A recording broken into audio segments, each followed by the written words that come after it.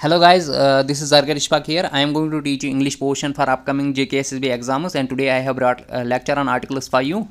So without wasting time हम lecture पे आते हैं जो कि MCQ बेस्ड ही रहने वाला है और इसमें मैंने प्रीवियस ईयर बेस्ड ही क्वेश्चन लाए हैं जो कि ऑलरेडी SSB एग्जाम्स में आए हैं और इसी में हम आर्टिकल्स डिस्कस करेंगे। पहला MCQ आप देख सकते हो, क्वेश्चन नंबर 1 जो है Sudha is studying in Canadian university from the year it will take hour for her to reach the airport। आप इसमें गेस कर सकते हो गिवन ऑप्शंस में कौन सा आ सकता है। जूनियर असिस्टेंट में ये पूछा गया था। तो यहाँ पे कैनेडियन यूनिवर्सिटी है गाइस, कैनेडियन यूनिवर्सिटी जो कि स्पेसिफिक नहीं है तो इसलिए हम ए का यूज़ कर सकते हैं। और दूसरा पार्ट जो है इसका इट विल टेक, इसमें वावल साउंड आती है an hour for her to reach the airport. यही नीचे डिस्कस किया गया है। Sudha is studying in a Canadian university. Sudha जो है वो एक कैनेडियन यूनिवर्सिटी में पढ़ती है। ए जो है वो इनडेफिनेट आर्टिकल है, इंडिकेट करता है कोई भी Canadian university, any Canadian university, not specific. Use of a और ए कह सकते हैं हम, ये नॉन स्पेसिफिक नाउन होता है या द नाउन इज सिंगुलर। और इसका जो दूसरा पार्ट है MCQ का, from there it will take an hour for how to reach the airport, क्योंकि यहाँ पे वावल साउंड है तो इसलिए हमने एन का यूज़ किया है। अगर स्पेसिफिक होगा तो उस टाइम हम द का यूज़ करते हैं और द जो है उसको हम दी भी प्रोनाउंस करते हैं जब वावल साउंड के साथ हम यूज़ करते हैं, जैसे कि दी एलिफेंट एट्सट्रा। ये वही रिपीटेड पॉइंट्स हैं जो ऑलरेडी मैंने डिस्कस किए हैं। उसके बाद सेकंड MCQ है आई like learning new languages, French is dash dash dash easy language. Given options में आपको कौन लगता है सही है, और ये नायब तहसीलदार में पूछा गया था। बिफोर डिस्कसिंग दिस MCQ मैं आपको आर्टिकल्स के बारे में हाईलाइटेड पॉइंट्स बोलता हूँ स्टूडेंट्स।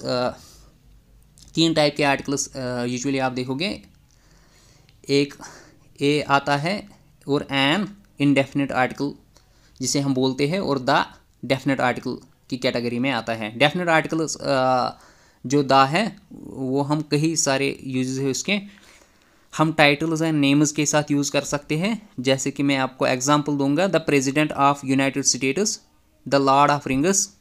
हिस्टोरिकल इवेंट्स के साथ हम यूज़ कर सकते हैं, the American revolution. Geographical features के साथ हम यूज़ कर सकते हैं द को, द रॉकी माउंटेन्स और द ग्रेट बैरियर रीफ। ये कुछ एग्जांपल्स हैं। या एकेडमिक एंड साइंटिफिक टर्म्स के साथ भी हम यूज़ कर सकते हैं, जैसे कि द थ्योरी ऑफ रिलेटिविटी।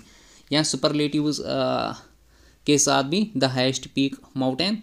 या स्पेसिफिक डेट्स एंड हॉलीडेज़ के साथ भी कर सकते हैं, द न्यू ईयर्स ईव। या नेम ऑफ द न्यूज़पेपर्स के साथ भी कर सकते हैं, द न्यूयॉर्क टाइम्स। अब हम अपने सेकंड MCQ पे आते हैं। I like learning new languages, French is dash dash dash easy language. So यहाँ पे वावल साउंड है तो आप एन का यूज़ कर सकते हो गाइस। यहाँ पे वावल साउंड है तो आप एन का यूज़ डायरेक्टली कीजिए। अब हम इसको डिस्कस करेंगे। ईजी जो है वो स्टार्ट होता है वावल साउंड के साथ। An is an indefinite article used before singular nouns starting with vowel sounds, as I already mentioned. French is an easy language. हमने an इसलिए यूज़ किया क्योंकि vowel sound थी तो इसलिए an का यूज़ किया। ऐसे ही इजी क्वेश्चन आप देखोगे एग्जाम्स में। इस टॉपिक से यूजुअली 1 या 2 क्वेश्चंस आते हैं। ए जो है वो यूज़ किया जाता है बिफोर कंसोनेंट साउंड, यहाँ पे आप क्लियरली देख सकते हो। उसके बाद an is used before vowel sounds, the implies specificity which is not necessary here, no article would change the sentence meaning. So an ही आएगा। आप इसको देख लीजिएगा, आप एन का यूज़ कर। आई like learning new languages, French is an easy language, क्योंकि वावल साउंड है तो आप एन का यूज़ कर सकते हो। उसके बाद क्वेश्चन नंबर थर्ड जो है, the sun rises in the east and sets in west. An आएगा, एन आएगा, आएगा, द आएगा या नो आर्टिकल। ये जो क्वेश्चन है ये FAA में पूछा गया था। The sun rises in the east and sets इन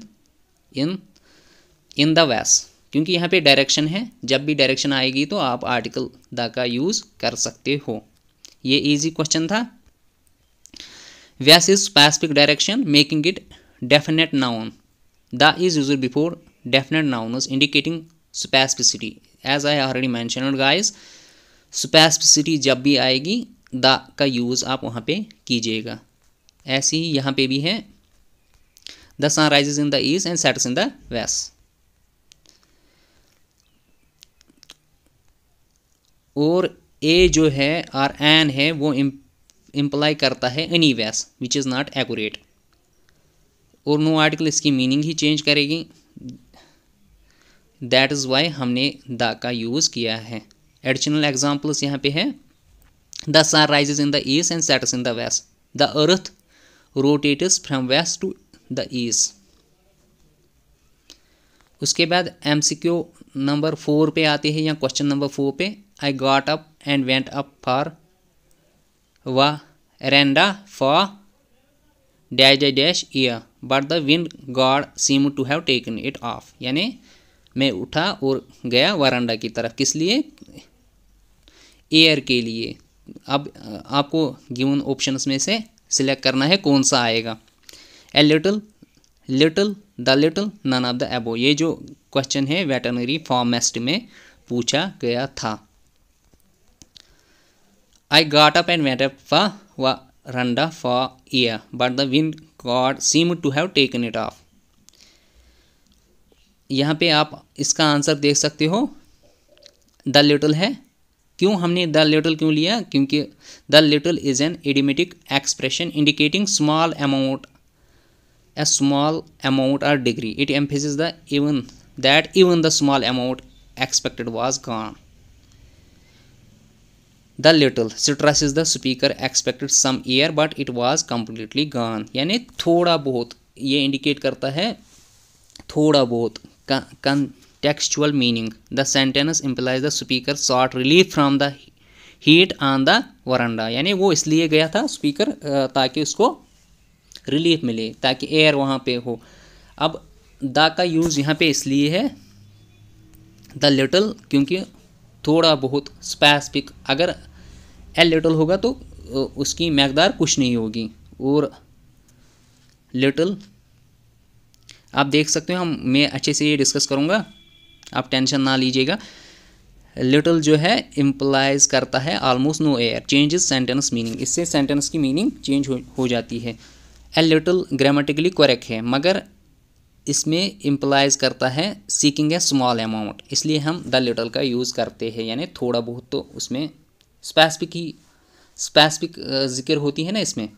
अगर हम ए लिटिल का यूज़ करेंगे, अगेन समझाऊंगा, वो ग्रामेटिकली करेक्ट होगा, मगर चेंजेस इसमें वो मोर अप्रोप्रिएट नहीं होगा, क्योंकि उसमें स्मॉल अमाउंट आएगा ए लिटिल में। उसके बाद लिटिल जो है वो इम्प्लाइज करता है ऑलमोस्ट नो एयर। यानी जब मैं वरांडा की ओर गया, मैं तो इसलिए गया, मतलब थोड़ा बहुत एयर खाने के लिए, या वहाँ पे इसलिए गया या ताकि थोड़ा बहुत एयर मिले। सो दैट्स वाई हम द लिटिल का यूज़ करते हैं। नन ऑफ दीज अगर हम देखेंगे तो वो इनकरेक्ट है। The little is correct idiomatic expression. उसके बाद MCQ नंबर 5 पे आएंगे guys. They wanted to hear dash dash dash end of the story. Again ये स्पेसिफिक बन जाता है। They wanted to hear end of the story. जैसे कि मैंने ऑलरेडी बोला है स्पेसिफिक, आप गिवन ऑप्शंस में गेस कर सकते हो। हम इसका कलर चेंज करेंगे।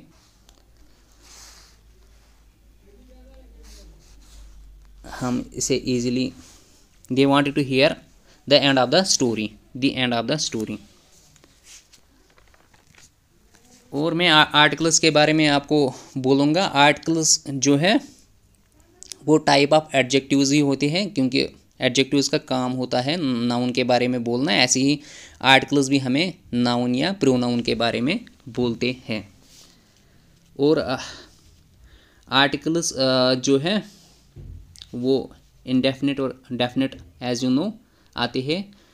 इंडेफिनिट में एन और ए होता है जो कि सिंगुलर काउंटेबल नाउन के साथ हम यूज़ करते हैं। जैसे कि हम कई सारे एग्जांपल्स देते हैं, सिंगुलर काउंटेबल नाउन के साथ हम यूज़ कर सकते हैं। और जो द है वो डेफिनेट आर्टिकल है, उसको हम उस पर कोई रिस्ट्रिक्शन नहीं होती है, वो हम सिंगुलर के साथ यूज़ कर सकते हैं, प्लूरल के साथ यूज़ कर सकते हैं, काउंटेबल के साथ यूज़ कर सकते हैं, अनकाउंटेबल नाउन के साथ भी यूज़ कर सकते हैं। अगर हम सिंगुलर की बात करेंगे तो हम एग्जांपल बुक ले सकते हैं, प्लूरल भी बुक्स आ सकता है, और काउंटेबल भी बुक आती है, और अनकाउंटेबल जैसे कि हम पेपर का एग्जांपल लेंगे। पेपर्स में पेजेस वेजेस हम गिन सकते हैं, लेकिन पेपर जो है वो खुद अनकाउंटेबल नाउन होता है। ऐसे ही हम डेफिनेट आर्टिकल की एग्जांपल लेंगे, he is the first man to win Nobel prize. So हमने ऑलरेडी यहाँ पे ये जो MCQ नंबर 5 है या क्वेश्चन नंबर 5 है, इसके बारे में डिस्कशन किया है। यहाँ पे स्पेसिफिक ये बनाता है सेंटेंस को, तो दैट इज़ वाई हमने आर्टिकल द का यूज़ किया है। उसके बाद क्वेश्चन नंबर 6 है guys, why are Ram and Sita considered as best couple. आप अगेन गेस कर सकते हो, यहाँ पे सुपरलेटिव डिग्री आई है, या इसको मैं मार्क करूँगा डायरेक्टली। ये pen is not working properly. ये जो है द, हम द का यूज़ कर सकते हैं यहाँ पे। Why are Ram and Sita considered as the best couples. In the sentence, Ram and Sita are individual whose identity is known. Hence, the article is used. Ram and Sita दो इंडिविजुअल्स हैं जिनकी आइडेंटिटी हमें पता है, दैट इज़ वाई हमने article the का use किया है, क्योंकि ये स्पेसिफिक इसे बनाता है सेंटेंस को। उसके बाद MCQ नंबर 7 या क्वेश्चन नंबर 7 हम कह सकते हैं, पहले ही है fill in the blanks type. तो light comes from the sun, अगर हम ए का यूज़ करेंगे, a light comes from the sun, ये अप्रोप्रिएट नहीं बनाएगा सेंटेंस को। एन का भी यूज़ अगर हम करेंगे तो तब भी नहीं। द का यूज़ अगर करेंगे, the light comes from the sun, ये स्पेसिफिक बनाएगा चीज़ों को। बट हम देखेंगे यहाँ पे हम नो आर्टिकल का यूज़ कर सकते हैं, जो कि मोर अप्रोप्रिएट है।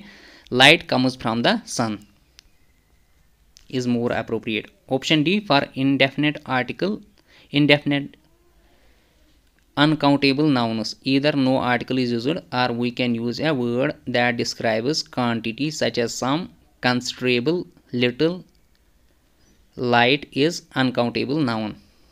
Uncountable noun जब भी आएगा उसके साथ हम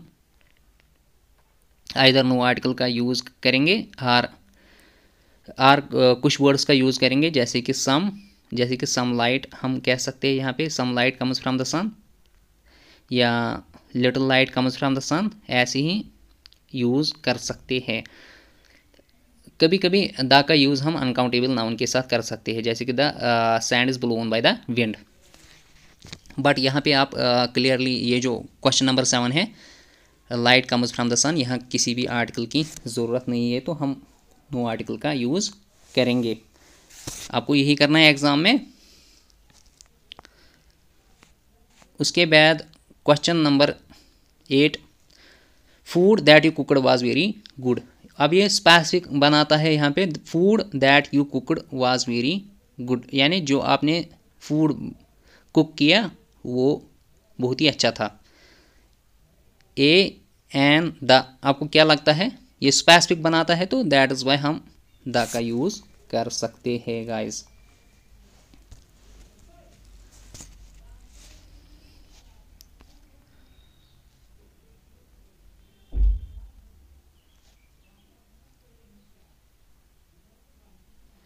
In the given sentence, a specific food that was cooked by someone is being talked about, hence the article will be used.